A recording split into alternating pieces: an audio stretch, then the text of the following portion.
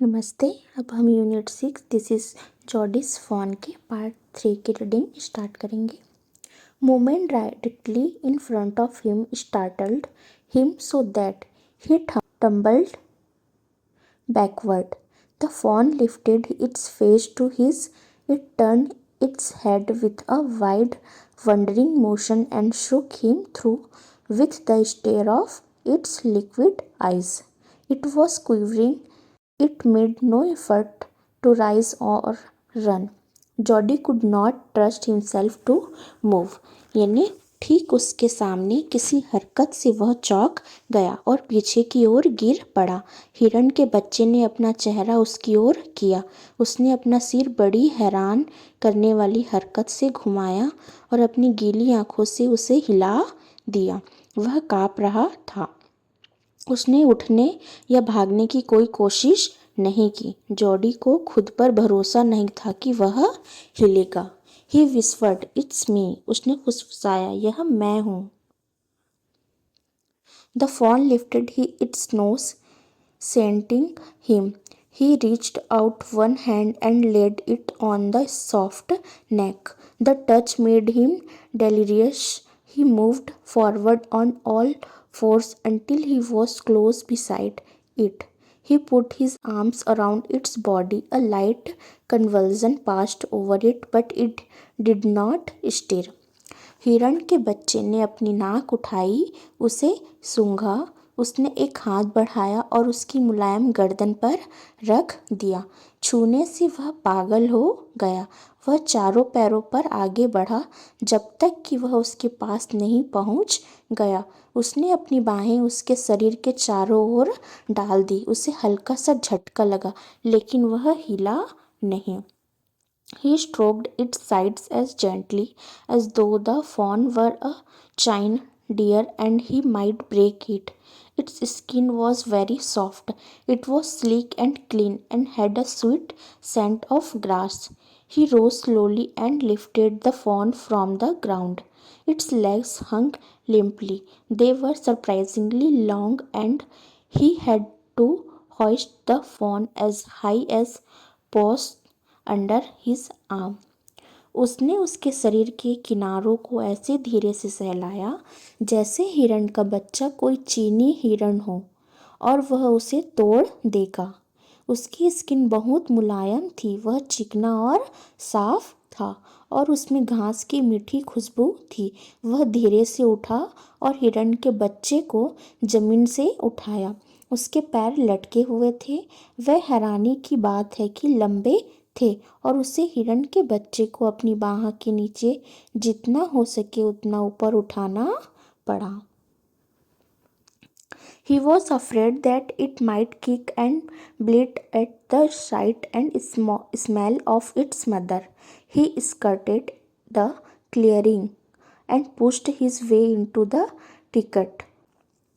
It was difficult to fight through with his burden. The fawn's leg caught in the bushes.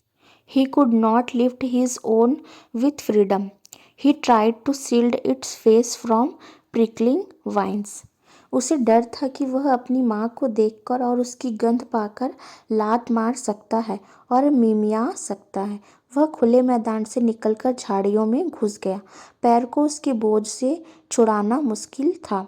हिरण के बच्चे के पैर झाड़ियों में फंस गए थे और वह आज़ादी से अपने पैर नहीं उठा पा रहा था। उसने उसके चेहरे को कांटेदार लताओं से बचाने की कोशिश की। It's head bobbed with his stride. His heart thumped with the marvel of its acceptance of him. He reached the trail and walked as fast as he could until he came to the intersection with the road home. He stopped to rest and set the fawn down on its dangling legs. It wavered on them. It looked at him and bleated. यानी उसका सिर उसके कदमों के साथ हिल रहा था। उसने अपना मानने की हैरानी से उसका दिल जोर से धड़क रहा था। वह रास्ते पर पहुंचा और जितनी तेजी से चल सकता था चला, जब तक कि वह घर की सड़क के चौराहे पर नहीं पहुंच गया। वह आराम करने के लिए रुका और हिरण के बच्चे को उसके लटकते पैरों पर बिठा दिया। वह उन पर डगमगा रहा था।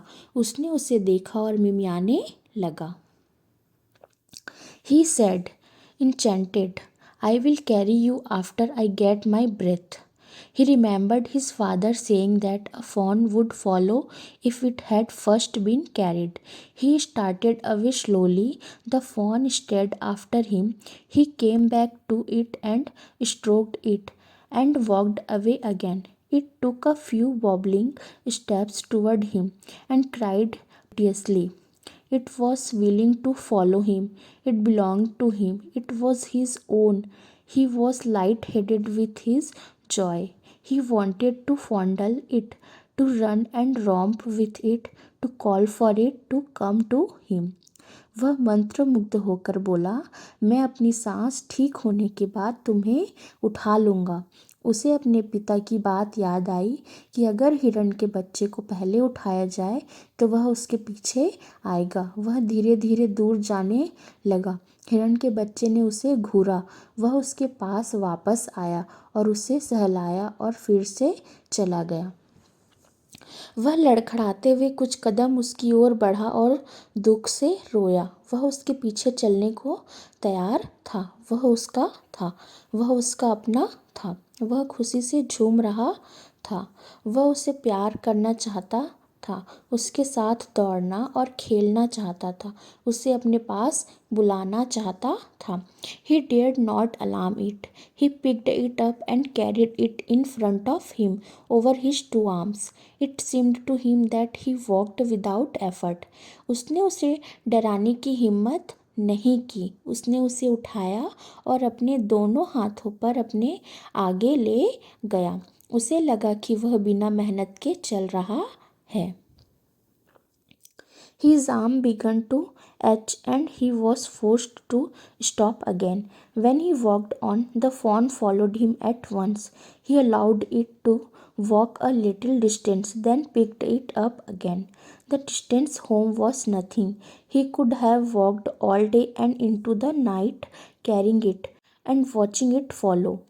He was wet with sweat, but a light breeze blew through the June morning, cooling him. उसके हाथों में दर्द होने लगा और उसे फिर से रुकना पड़ा। जब वह आगे बढ़ा तो हिरण का बच्चा तुरंत उसके पीछे आ गया। उसने उसे थोड़ी दूर चलने दिया, फिर उसे उठा लिया। घर की दूरी कुछ भी नहीं थी। वह उसे उठाए हुए और उसे अपने पीछे आते हुए देखते हुए पूरे दिन और रात तक चल सकता था। वह पसीने से भीगा हुआ था, लेकिन जून की सुबह हल्की हवा चल रही थी जिससे उसे ठंडक मिल रही थी।